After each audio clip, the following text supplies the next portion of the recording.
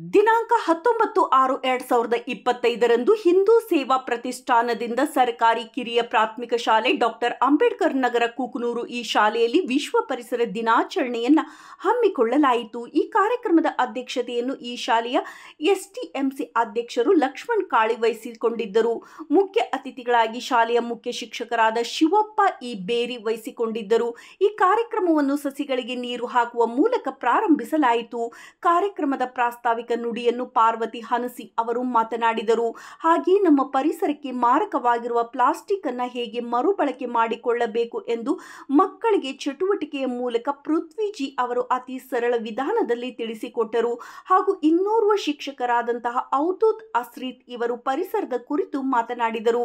ಈ ಕಾರ್ಯಕ್ರಮದ ನಿರೂಪಣೆಯನ್ನು ಶಾಲೆಯ ಶಿಕ್ಷಕಿಯಾದಂತಹ ರತ್ನ ಅವರು ನಡೆಸಿಕೊಟ್ಟರು. ನಂತರ ಶಾಲೆಯ ಎಸ್ಟಿಎಂಸಿ ಅಧ್ಯಕ್ಷರು, ಶಾಲಾ ಶಿಕ್ಷಕರು, ಶಾಲಾ ಮುದ್ದು ಮಕ್ಕಳು, ಹಿಂದೂ ಪ್ರತಿಷ್ಠಾನದ ಎಲ್ಲ ಸೇವಾ ಭಾರತೀಯರು ಸಸಿಯನ್ನು ನೆಟ್ಟರು.